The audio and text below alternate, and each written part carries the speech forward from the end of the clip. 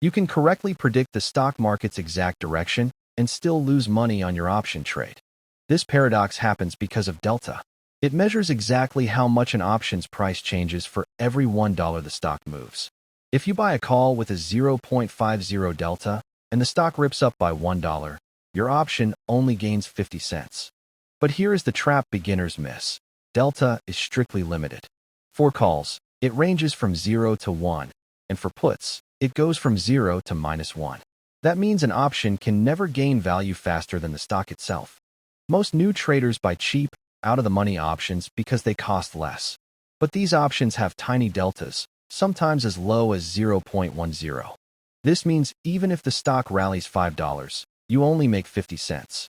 You are fighting a mathematical battle where the leverage is barely working in your favor. To fix this, professional traders use delta as a probability gauge.